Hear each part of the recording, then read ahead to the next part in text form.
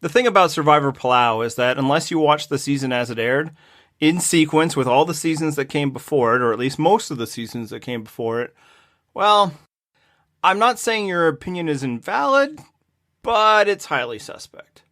If you like to watch Survivor and when the show ends, you really want to talk about it with like-minded friends. It might be hard to find some, but don't you shed a tear. Check out the Purple Rock podcast and this is what you'll hear. Andy, it's the Purple Rock Survivor podcast. Hey everyone, it's Andy. Welcome back. I'm doing another one-man podcast because what is a better way to cover a season dominated by one side than a podcast completely dominated by one side? I've recently rewatched Survivor Palau, and I have some thoughts to share. And since people didn't complain enough about the last time I did this for Survivor All-Stars, some people were even foolish enough to suggest that they enjoyed it. Here we are again. So let's get into it. As I kind of got into in the intro there, this is a season where I think it's mostly fairly well viewed, but there is a kind of a popular idea about it, a form of criticism that comes about it that I do not understand at all. Even allowing that people can like different things for different reasons, that is fine. You guys are allowed to have your own opinion. But the weirdest thing is that I see people call this season predictable. That this is a very predictable season. And that's where my intro gets into, because the only way you can view this as predictable is if you weren't watching it as it happened. Even funnier is, of course, if people are like re-reviewing it and calling it predictable. Yeah, that's what happens. When you've seen something before and you understand the outcome, it's pretty easy to predict unless you are incredibly forgetful. Like, I watched this with my wife. She wasn't able to predict all of it. But even there, she knew the winner of the season. I was talking about this with Purple Rock Emma, and she actually made a great point. Not so great that I invented it on the podcast or anything, but still very great, that Palau is more predictable if it was the first season of Survivor you ever saw. But if you were watching it as it happened, it was not predictable because it features a bunch of things that never happened before. Maybe it's the sort of things, again, if you were watching it for the first time and you see it develop as it does, it's like, oh, I mean, I guess this is what it is, of course. It makes sense that the team that wins a lot will continue to win. It makes sense that the person who's best at these little contests that they have would win. But in sequence of where it was in the history of Survivor, neither of those things had ever happened before. So just definitionally, when a season is highlighted by things that have never happened before, it cannot be predictable. It is, in fact, unique. This is a very unique season, especially, from where this series had been before. But frankly, since it hasn't happened again since that one tribe wins it all. That doesn't happen very often. Generally, when we see that, there's also multiple tribe scenarios. So when it becomes into a 3-tribe scenario, then it's easier for one tribe to win everything because often they just need to be in the top 2. But what I'll say, of course, I watch Survivor every season as it aired. I say that not to show how much better I am a fan, because some of that is also because I'm old, but just that I remember being incredibly surprised when Palau kept developing the way that it was. Frankly, I had assumed that if a team had ever really started dominating the way that Crowar does in the first part of the game, that the show would make sure to put that to an end somehow. There would be some level of interference, whether it is they would swap. That was what was happening in seasons prior. Or they would fix a challenge so that it just heavily favors one side versus the other. Or put motivators in for the tribe that is winning all the time to maybe not win so often. And we have seen things like this, whether or not they were always regularly scheduled to happen, or if it was production interference, maybe a little bit of both. We saw it leading up to this when, we got the first swap in Africa. And generally what was happening in seasons before this is there would be a regression to the mean and tribes would balance out. Even if you look at Pearl Islands, where the Drake tribe, I believe, is the one that was losing a bunch. The Morgan tribe throws a challenge and all of a sudden it balances out and they come into the merge even but with the complication of Lil. So I assume something like that. Like, even if it wasn't production interference, I would assume that Karora would eventually take their foot off the gas. If for no other reason, then generally in Survivor, when you have that much success, you start to get antsy, you want to vote people out. So when watching, it's like, there's no way they're going to let them win at all. Inducements hadn't happened yet, but we see it later in Survivor history, where like in Fiji, where they have the ridiculously imbalanced have versus have-nots. Eventually, the haves let a challenge go because they don't want to give up the haviness of their comfortable situation. So I was expecting something like that. As course, as the pre-merge goes on a little further, you start to feel like, okay, I don't know if that other tribe could ever win, but that in itself becomes its own form of excitement and anticipation. You want to see the perfect season continue. And frankly, you want to see how long they're going to let it go. I was surprised when they let it go all the way to 1. And frankly, my wife, who was watching with me for at least the second time in her life, was still surprised this time when I let it go to 1. So how's that for unpredictability? Somebody who actually had seen the season before wasn't able to predict that it would go all the way down to 1. And look, people like things for different reasons. Some people want a really balanced competition. So seeing one side win all the time, I suppose, would not give them what they're looking for. Some people really want to see an underdog root for, and obviously if one team is winning all the time, that creates an underdog situation on the other side, and that is never fulfilled.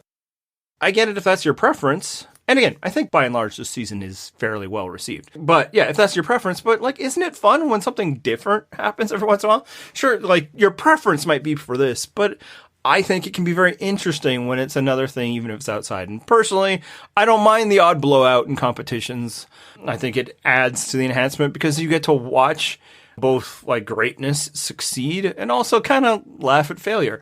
I don't watch Usain Bolt because I wanted to see him run close races, right? It was always the excitement of like, how well is this guy going to win? And I find that the early stages of Palau was a lot of that. It was a lot of fun seeing Karora win all the time, especially since they, on paper, were not the favored tribe. They were not the people that you thought would win. And even rewatching it now, that really just comes through entertainingly, and seeing all these young people who are just so cocksure of themselves, as, you know, youth will give you, just continually getting hammered. And, you know, to get to that point earlier of like, I figured production would do something, like maybe throw them a challenge or two that they would be favored in. I feel like they kind of did a couple times. Like there were a few more strength-based challenges, and they still sucked at those too. I think it's just great fun, that first half. So then you get to the other part of the show that people consider predictable. And that would be that the alpha male challenge beast won it all. Of course it's Tom. You know, how hard would it be to look at the cast, even watch it early on and see, well, that's going to be your winner, and then see it bear out? That must be boring. Except, again, never happened before. Again, when watching it live, did not think that Tom would win because I had lived through seasons prior where a player like him, who seemed to be in such charge of the game, does not win. Colby Donaldson did not win. Boston Rob did not win. Let's look at the winners that are leading up to a Tom Westman win.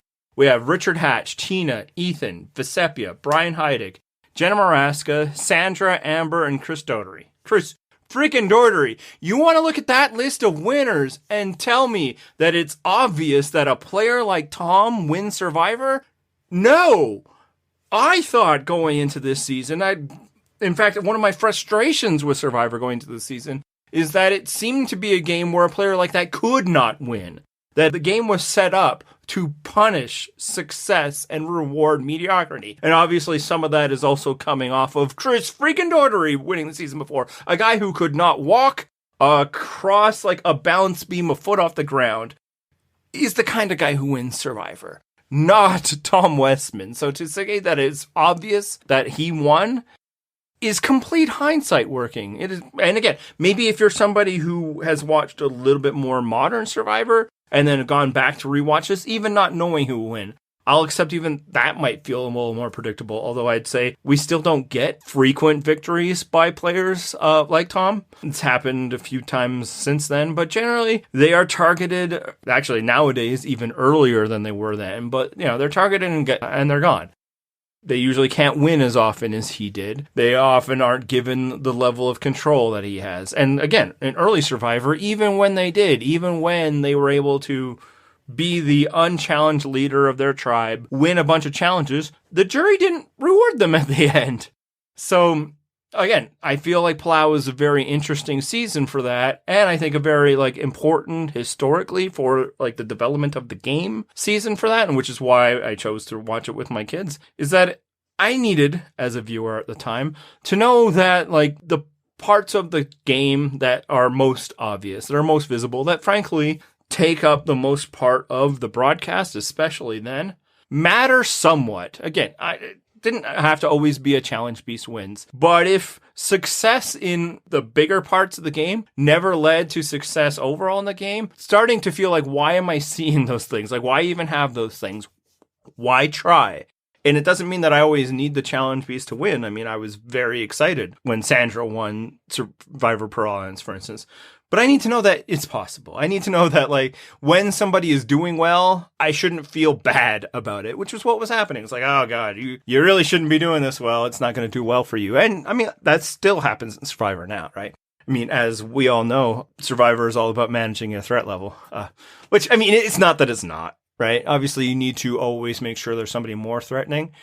But it becomes this weird thing of watching where it's I got to and find the person who's doing the least amount while still around. That's a favorite. That's a weird competition to try and follow. So just introducing the very idea that dominance could lead to success, I think was a very important thing that Palau brought to the overall game of Survivor.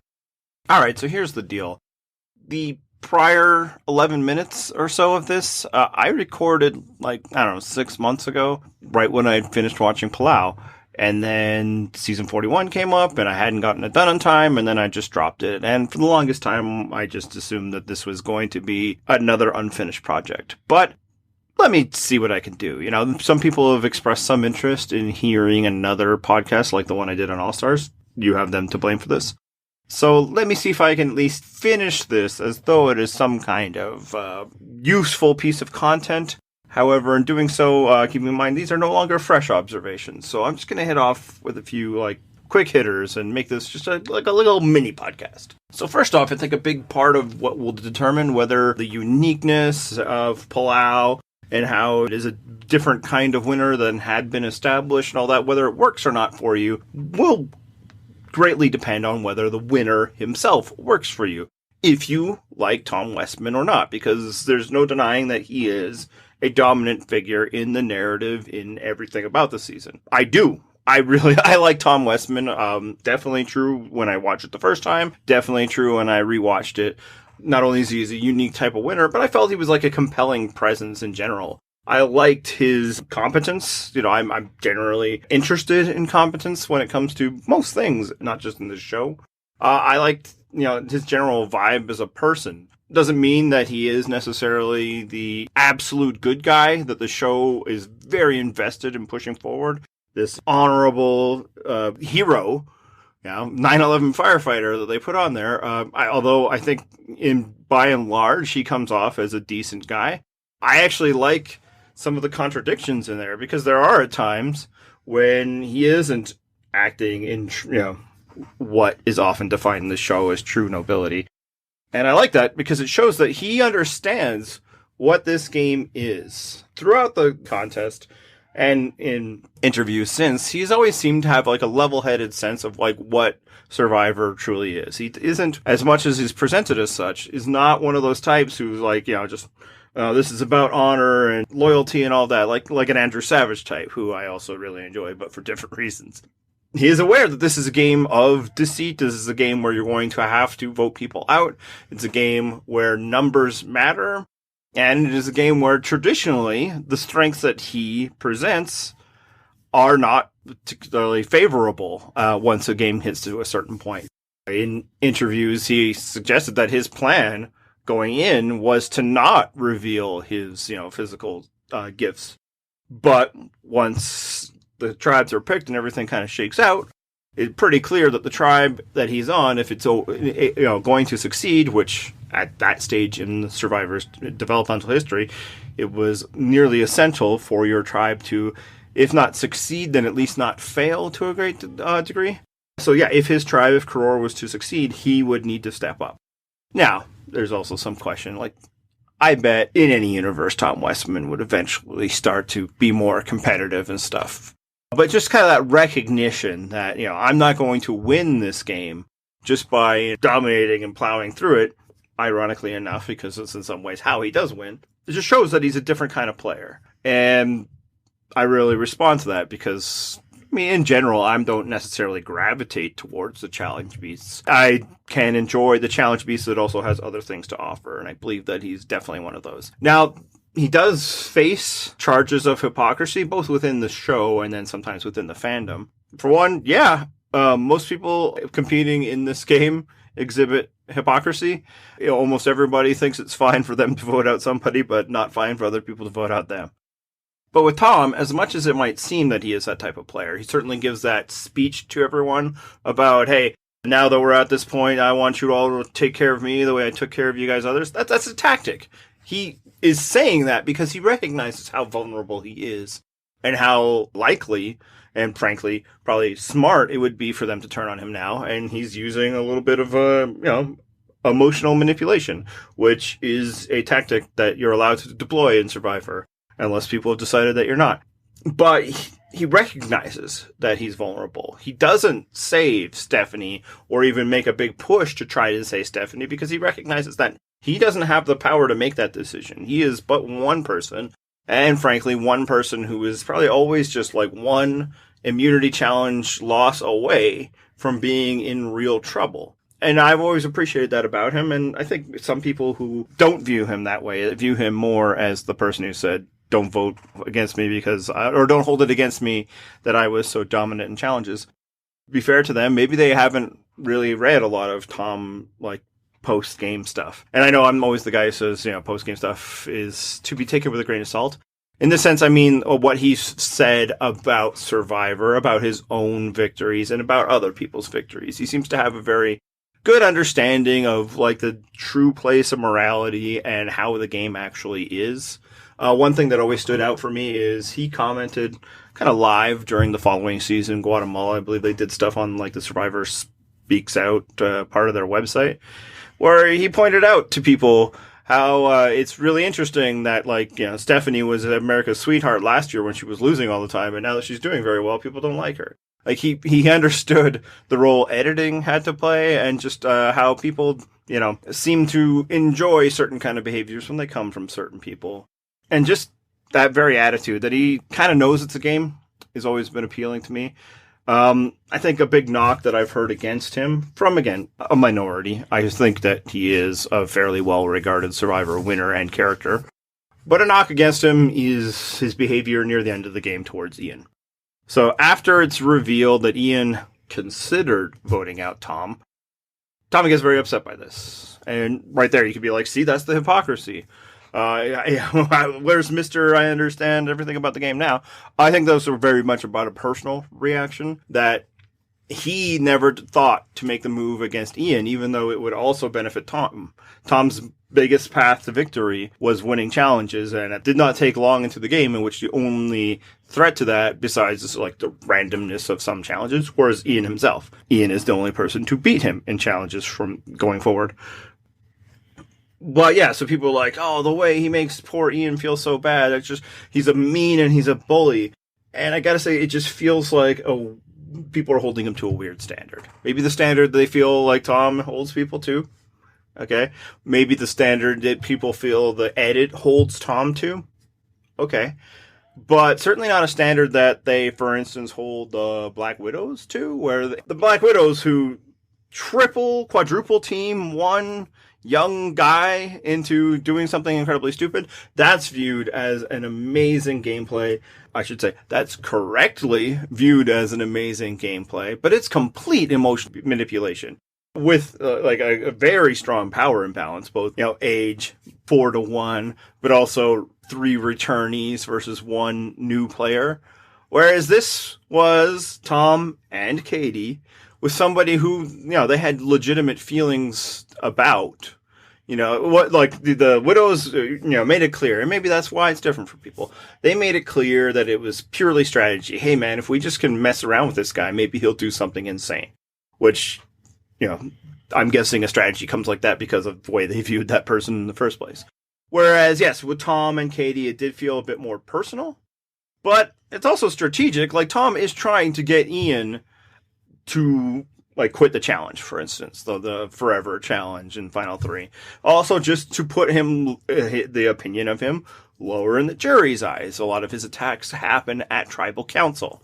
At this stage, he probably feels like there is a decent chance that Ian is somebody he will face at the final tribal. Although at this point, he's also probably decided, I am not going to make that decision to bring him there. And probably assuming that Ian would also not do the same. But just in case, these are tactics. Yes. Does he emotionally manipulate poor Ian? 100%. And for that, he has my respect as a Survivor game player. He's not just the guy who's going out and winning challenges. He was strategic. He was, and manipulative in this point. Some of his strategy, the biggest one is one of my favorite strategic moves ever in early Survivor. And that's when Tom and Ian decide that now is the time. He hears that Greg and Katie and Jen are amassing their group against Tom. Ian hears that because he was supposed to be part of that group.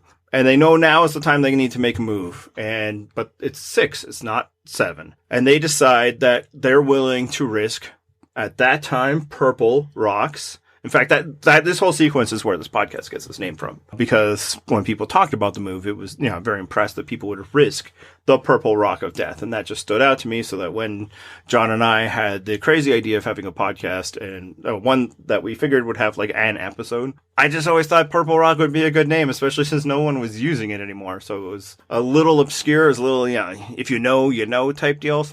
Anyway, just in that strategy. Now, Ian is the one that comes up with that idea, at least in the way that is presented to us in TV. So he deserves the marks there. But Tom quickly recognizes for what it is, and both of them decide that, yes, it is better to risk a tie than to allow the game to proceed to a point where we can't even do that. And moreover, if we are unafraid of the tie, then the tie is less damaging to us. If we're willing to go to rocks, I bet the other side won't, or at least one person, and they identify who. But also within strategy, you see it within his relationship with Karen. The way he nurtures that relationship so that it could one day be of potential benefit to him, and in that scenario it absolutely is. That shows his strategic side. And by comparison, as soon as that move is over, Ian won't even entertain conversations with Karen. It is just insane. And you see Tom's frustration with Ian and addressing it both at him and us. It's you've lost her. It's over. How could you just not give her some level of validation? That's all you need to do.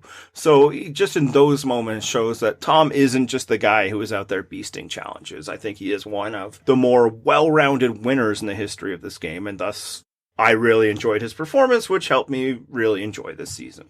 So while rewatching Palau did nothing to alter my already high opinion of Tom Westman, in fact, it might have just reinforced it or brought it up even a little bit higher, because there hasn't been many Tom Westmans since.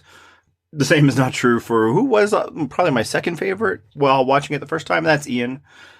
Ian does not do well on a rewatch for me. I still like him. He's definitely an amiable person. I'd love to see him back if the stars ever align. There's been talk that he has been asked back, and then just the timing didn't seem to work out, especially because he'd be a lot older now. It'd be interesting to see what today's Ian is like.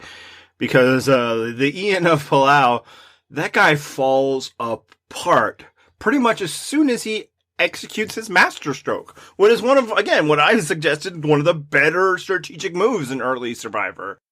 And then that's it for him. And it's a tough watch. Because the way he falls apart, even before Tom's emotional manipulation, just Katie being pissed at him for him forcing her to vote a way that she doesn't want to vote.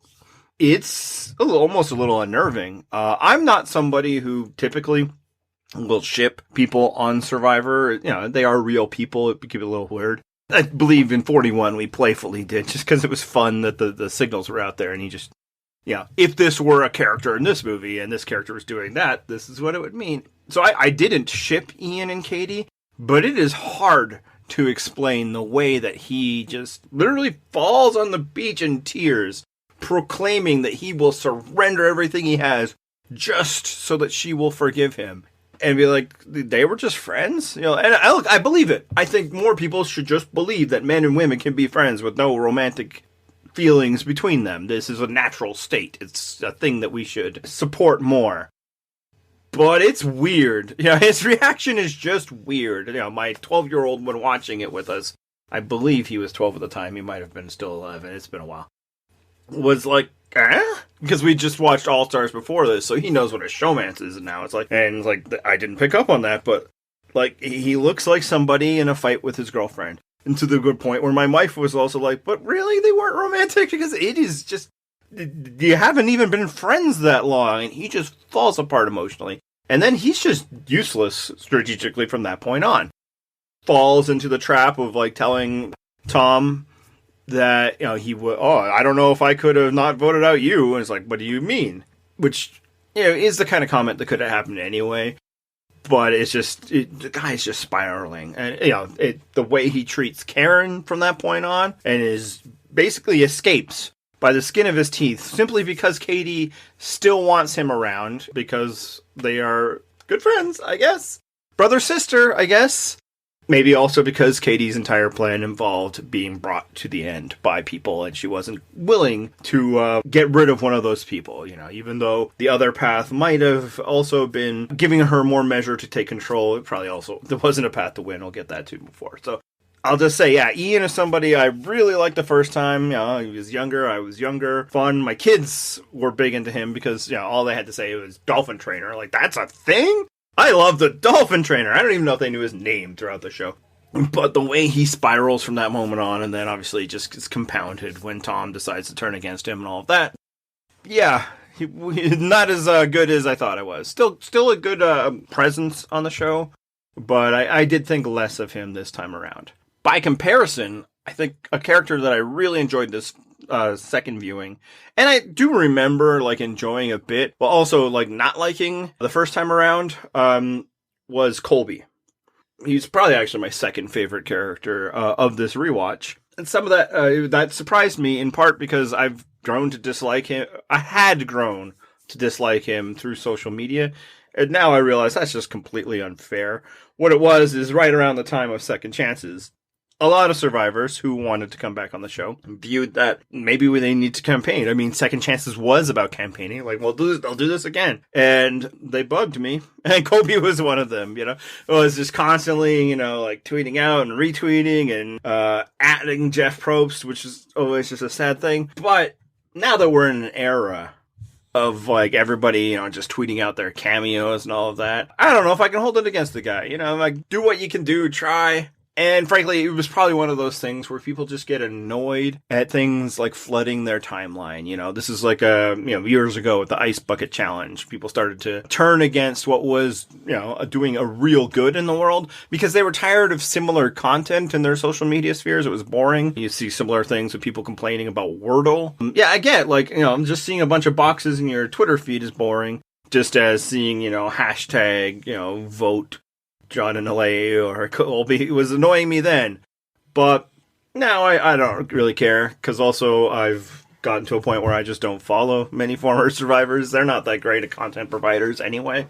But rewatching it, he was just really dynamic and interesting, and I think really helped tell the other side of the Karor story. You have the cool kids of Greg and Katie, Ian, Jen, with Tom kind of associated, but also, the dominant guy. And Colby just is like the chorus behind the bar, like, man, this isn't all sweet here.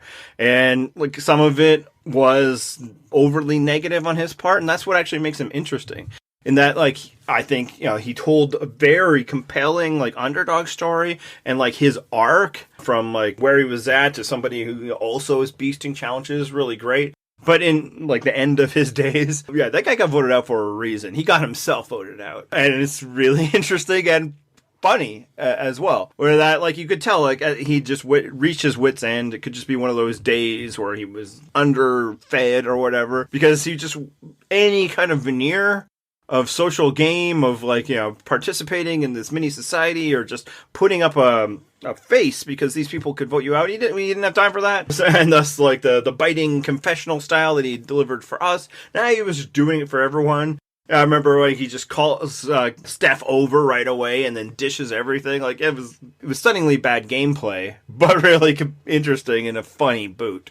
But even before that, like, I really liked his vibe in the pre-merge, that he was a different voice, that he called out people for, you know, not participating in the day-to-day camp life. You know, I'm not a chore warrior when it comes to this show, but I do reflexively dislike the people who feel like it's not their job to do anything, even though they, of course, will always take the spoils of other people's work. So it was good hearing that, but I think, like, he's an entertaining guy. I can't see them bringing him back, but I can understand why he would want to, and I think that the show could benefit from it. So yeah, Colby is a character I really enjoyed this time around. On the other hand, a character I did not enjoy at all this time around was Katie. In general, I'm with these rewatches, especially of older content, I'm weary of some of the biases that might be had towards certain women, finalists, that sort of thing. In that, I know how the show treated them in the edit back then. Hell, maybe now. I know how the fandom did, and, you know, I was not without my own biases. I've grown, evolved as a person as I go. So I was ready to cut her some slack, to view her in a different way, and that wasn't going to happen after I watched it. She does not get talked about enough as one of the absolute worst finalists of all time, and maybe that's just because it is a tough competition, you know. I know some people like to defend their, you know, faves and their, you know, robbed goddesses and all of that by suggesting that they do better, like, oh, they made it to the finals, as though that is an accomplishment, treating it as like it's a sport where, you know, a team that made the finals, they've accomplished quite a bit, even if they don't win. That's not the way it is in Survivor. Often, finalists are the people who everyone in the game determined was someone that was not going to win. It is not actually a mark of achievement so much as a recognition of your, you know, loserdom. And yeah, she's awful. She's awful at all aspects of Survivor. The challenge part I'm not really too fussed about. Survivor has decided from its very beginning that it will be a contest, and, well, people who are not physically capable will be out there competing against people who are really capable, sometimes like high-level athletes. So, you know, sometimes people are going to be terrible at challenges, and Survivor wants to be that kind of show. I'm not going to criticize those people, but her social game was awful. I mean, it's good in one respect in that, you know, she found herself in a majority early and ingratiated herself amongst those people, but everyone else, she did not. She antagonized people frequently throughout this. You see this with Karen, you see this with Janu, you see it with Colby. It's just like, what are you doing? You do recognize that these people vote for the winner, right? Her strategy was to be brought to the end by either Tom or Ian. And in some respects, I guess I can forgive that as a strategy because, as I was saying at the beginning of this, we don't see the Toms win this show. It had not happened until now. So maybe she thought the lesson is, I just need to be, you know, Amber or, you know, Tina, not recognizing, of course, the actual good things that both of those winners did. Yeah, really what Katie struck me as, because, you know, her role in the Alliance was she was keeping it fun, is how she described it. Not doing any work around camp or, you know, reaching out to extra people. You know, it's fine and good for her to say, you know, we can't have a women's alliance because Karen sucks, but it's actually because you suck, Katie. Because you have done nothing but antagonize Karen this whole time. It's kind of hard to expect somebody to then turn around and want to work with you. But the vibe that I get from Katie is like, she's the kid in middle school who isn't able by their own abilities to get into the cool kids group for all the reasons why, you know, cool people coalesce around popularity. But she found a way, and that is by stepping on the people who she was probably friends with before. And you see that is that her ticket into the club was making fun of all the other people. And I think that's, I don't know, maybe I'm inventing a character type here, but it feels familiar. Just that not quite popular, but in that group, and that's because, they amuse them. They are their bulldog, because you see it obviously throughout the season, but then especially at Tribal Council. And, maybe it's a little unfair the way Greg attacks her because, they were friends, but he's been spending this time with all the people that she was attacking the whole time. And yeah, like, they're all after her. And it's like, it's not just that, you don't win challenges, you don't compete with Tom. It's that, you were awful to us. Why would we ever vote for you? I do give her a bit of measure of respect for the way she just shot down Janu's questioning. In general, you probably shouldn't do that, even if you know for certain that you're not going to get that person's vote, as Janu confirmed later that no, there was no way I was ever going to vote for her. But, other people are voting, but maybe at that point, Katie recognized that these people are not voting for me. So I guess I could understand her not wanting to, do Janu's little song and dance. But by and large, she was terrible at all aspects of Survivor. Like, I can't think of one thing she was good at other than forming an alliance with Tom and Ian, which was good enough for a second place finish. The final thing I was going to talk about is the story of Stephanie. I found her time alone and kind of the inspirational arc there still really effective this time around. It's a real elemental story, and it works, that she's got trepidation, she's got fear, and then she really puts it out there and finds some measure of success.